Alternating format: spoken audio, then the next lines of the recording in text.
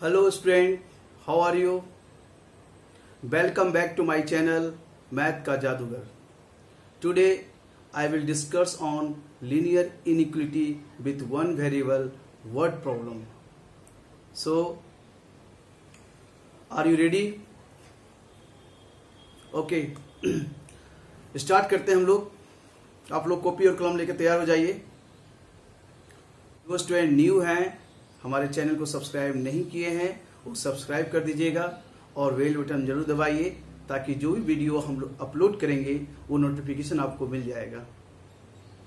और दोस्तों में आप शेयर कीजिए हमारे वीडियो को और लाइक कीजिए. चलिए स्टार्ट करते हैं. पहला क्वेश्चन देखते हैं. इसके पहले हम लोगों ने देखा था लीनियर इनइक्वालिटी का बहुत सारा फॉर्म्स देखे थे, बहुत तरह का क्वेश्चंस उस पर हम लोगों ने देखा था.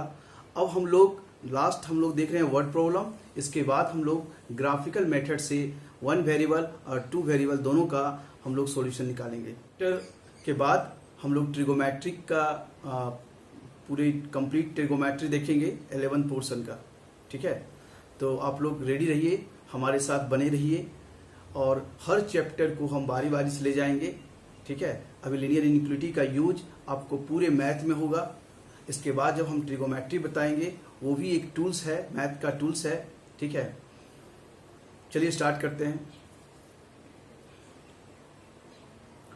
पहला क्वेश्चन है find all pairs of consecutive odd natural number both of which are larger than 10 such that their sum is less than 40.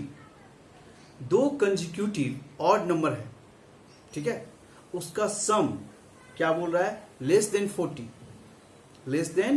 40 और कह रहा है दोनों जो ऑड नंबर है वो ग्रेटर देन 10 है. तो मान लो let x and x plus 2. चूंकि x प्लस 1 करोगे तो इवेंट नंबर आ जाएगा. तो x अगर है पहला तो दूसरा क्या होगा? x plus 2. क्वेश्चन कर रहा है इसका सम, यानी x प्लस 2 इसका सम क्या बोल रहा है? इसका सम लेस देन 40 यानी 2x is less than 38 plus 2 इधर गया, x is less than 19. x का वैल्यू 19 से कम. ठीक है, और बोला जा रहा है कि x इज ग्रेटर देन 10. ठीक है, यहां से x इज ग्रेटर देन 10 और यहां से x इज 19, यानी x का वैल्यू 10 से लेके 19 के बीच होगा. और x ऑड नंबर है तो x का वैल्यू क्या क्या होगा? 11, 13, 15, 17. नहीं, यही होगा. अब टू कंसेक्यूटिव नंबर कौन कौन सा होगा? अगर 11 है तो क्या मिलेगा? 13. दूसरा नंबर अगर 13 है x का वैल्यू तो x प्लस 2, नहीं 15. अगर 15 है तो क्या मिलेगा? 17. अगर 17 है तो क्या मिलेगा? 19. नहीं, नोट कर लीजिए, ये हमारा आंसर हो गया. क्लियर हुआ कि नहीं हुआ? क्योंकि क्वेश्चन में कह रहा था दो कंसेक्यूटिव ऑड नंबर का सम लेस देन 40, इससे हम x इज लेस देन 90 निकल गया.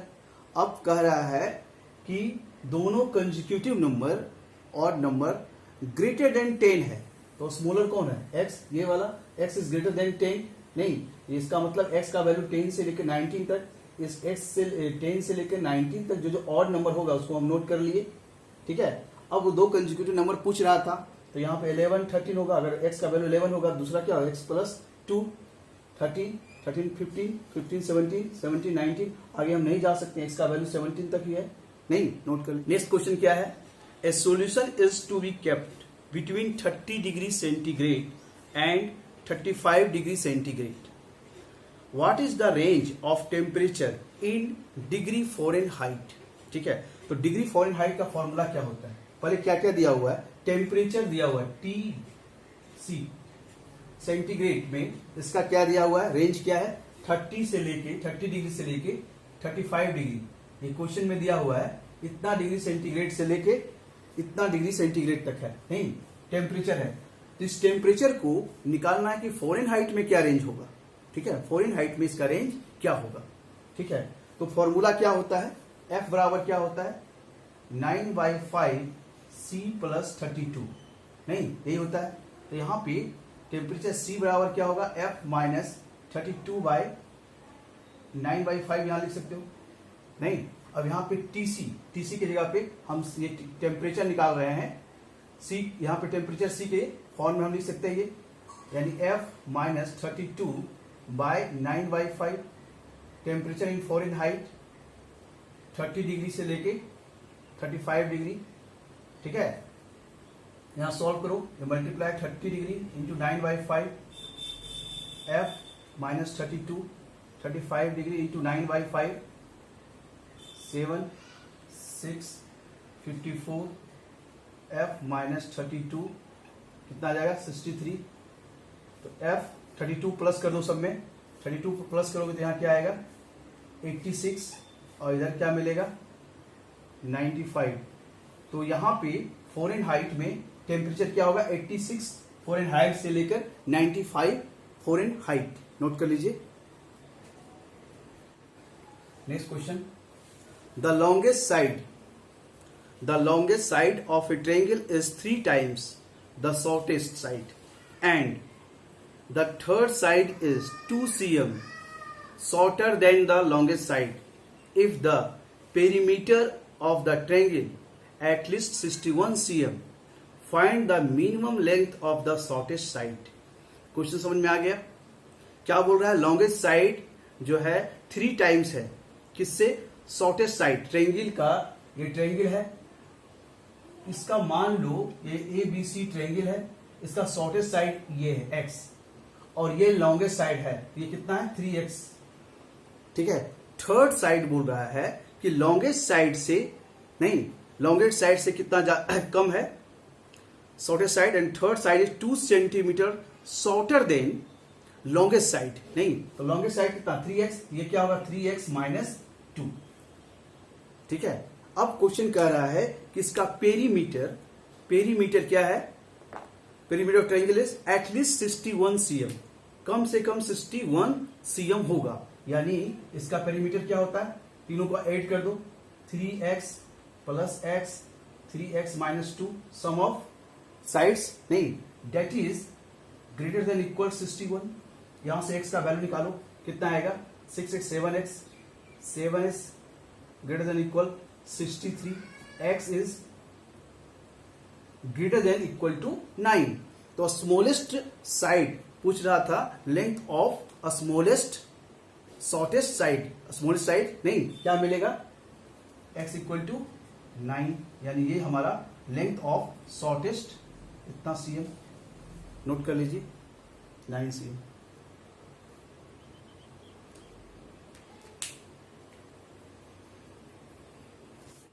नेक्स्ट क्वेश्चन देखिए, the water acidity in a pool is considered normal when the average pH reading of 3 daily measurement is between 7.2 and 7.8, ठीक है। If the first 2 pH reading are 7.48 and 7.85, find the range of pH value for the third reading that will result in the acidity level being normal, ठीक है।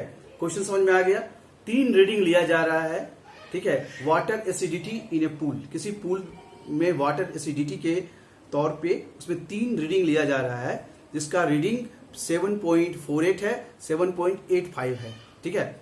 अब तीसरा का reading क्या होगा कि उसका एवरेज रीडिंग जो है 7.2 से 7.8 होगा, ठीक है। तो मान लो थर्ड जो लिया जा रहा है pH, उसका रीडिंग x है, ठीक है। तो टोटल सम इसका एवरेज क्या होगा 7.48 प्लस 7.85 प्लस x बाई 3, यही एवरेज निकलेगा। क्योंकि 3 रीडिंग लिया जा रहा है, 2 रीडिंग दिया हुआ है, तीसरा रीडिंग निकालने के लिए बोल रहा है कि तीसरा रीडिंग क्या होगा। तो यहाँ पे तीसरा रीडिंग मान ली x है, तो ये इसका एवरेज ये निकलेगा नहीं। अब पूछ रहा है कि ये इसका एवरेज जो होगा pH, उसका रेंज क्या दिया हुआ 7.2 से 7.8, इसका 7.2 से 7.8 नहीं, 7.2 से 7.8, इसको मल्टीप्लाई करो, कितना आएगा 21.6, नहीं, और ये इसको 8 कर लो, कितना आएगा 15.33 प्लस x, नहीं, दैट इज लेस देन 23.4। अब यहाँ पे x का रेंज क्या होगा, x की कहाँ जाएगा 6 पॉइंट, इसको सब्ट्रैक्ट कर दो, माइनस 15.338 सब्ट्रैक्ट कर दो सब में, तो कितना जाएगा 6.27 से लेकर इसका वैल्यू कहाँ जाएगा 8.07, नहीं, इसको सब्ट्रैक्ट करो यहाँ पे 8.07, यानी जो थर्ड थर्ड वाटर एसिडिटी का पीएच जो लिया जाएगा उसका रेंज क्या होगा 6.27 से लेके 8.07 तक। अगर ये लोगे एवरेज, ये लोगे पीएच का वैल्यू लोगे, तब उसका एवरेज जो तीनों का रीडिंग आएगा उसका पीएच का वैल्यू यहां से यहां लाई करेगा। तो हमारा आंसर ये होगा, यहां से यहां तक नोट कर लीजिए।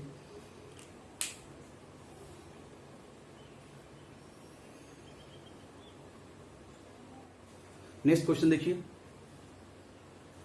ए manufacturer has 600 litres of a 12% solution of acid. How many liters of a 30% acid solution must be added to it so that acid content in the resulting mixture will be more than 50% but less than 80%? देखो, एक already 600 litre का solution में 12% acid डाला हुआ है।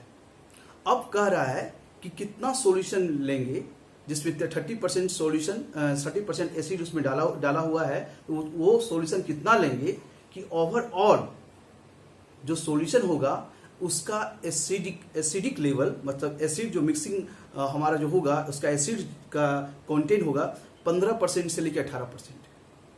ठीक है, तो 30% एसिड वाला, तो मान लो x लीटर ले लिया, 30% एसिड वाला सॉल्यूशन जो है कितना ले लिया x लीटर्स ले लिए। ठीक है, x लीटर ले लिए, तो टोटल सॉल्यूशन कितना हो गया 600 पहले था, अब प्लस x, नहीं, टोटल सॉल्यूशन हमारा इतना निकल गया 600 प्लस x। अब कहता है कि इसकी एसिडिक, अब इसमें 600 में कितना एसिडिक होगा, तो इसमें कितना 12% है, 12% इसमें है, नहीं, और x जो लिए हैं उसमें कितना परसेंट है 30% है, 30% है। इसका मतलब एसिड, टोटल एसिड इसमें इतना होगा, नहीं, टोटल एसिड इतना होगा।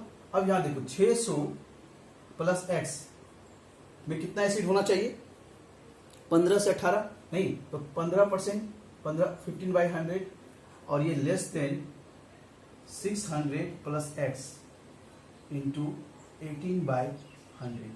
ये क्लियर हुआ या नहीं हुआ? देखो, क्वेश्चन में दिया हुआ था कि 600 लीटर का सॉल्यूशन है जिसमें 12% एसिड है। ठीक है, अब उसमें मिलाया जा रहा है, दूसरा सॉल्यूशन मिलाया जा रहा है जिसमें 30% एसिड है, तो वो कितना लीटर मिलाया जाए, 30% एसिड वाला सॉल्यूशन कितना लीटर मिलाया जाए कि ओवरऑल मिक्सचर का एसिड 12%, 15% से लेकर 18% हो, 15% टू 18%।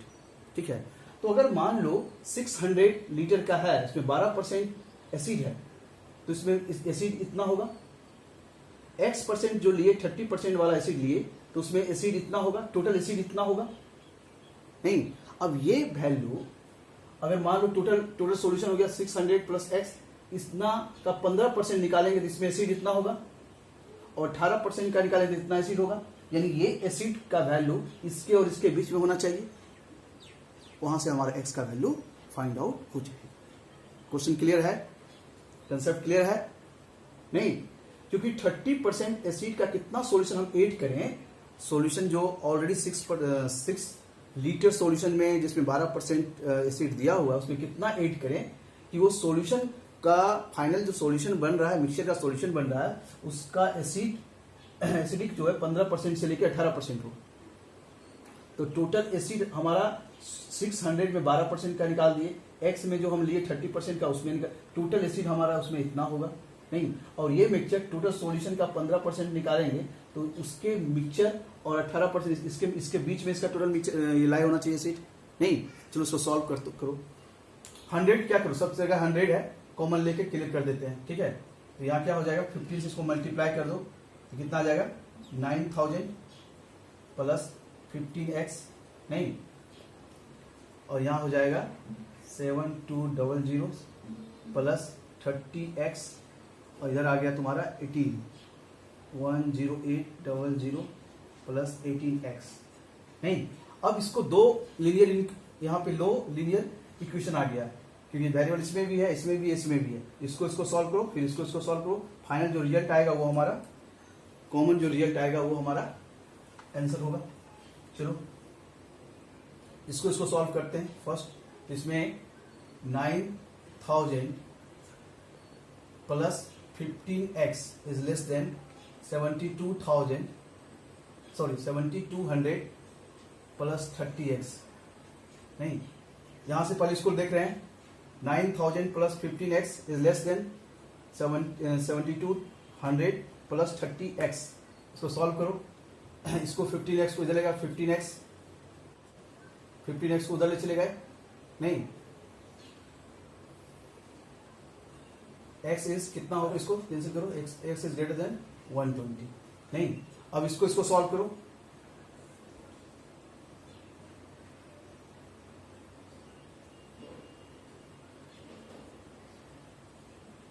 इसको इस साइड लेते आओ, लेफ्ट साइड लेते आओ, 12x इसको साइड ले चले जाओ, कितना आ जाएगा 3600। x इज कितना आ जाएगा लेस देन 300, 36 से आएगा नहीं, x इज लेस देन 300, यानी x का वैल्यू 120 से ज्यादा और 300 से कम। यानी जो सॉल्यूशन हमको डालना है उसमें जो सॉल्यूशन हम डालेंगे वो कितना लीटर का होना चाहिए, 120 लीटर से लेके 300 लीटर के बीच में अगर हम सॉल्यूशन डालेंगे 30 डिग्री एसिड वाला, तब हमारा एसिडिक लेवल 15% से लेके 18% के बीच में होगा। नोट कर लीजिए इसको।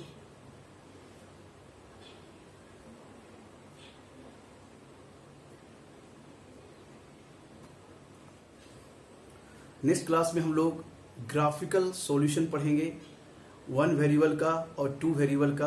आप लोग ग्राफ कॉपी में ड्रॉ कीजिएगा और कलरफुल थोड़ा होना चाहिए, ठीक है।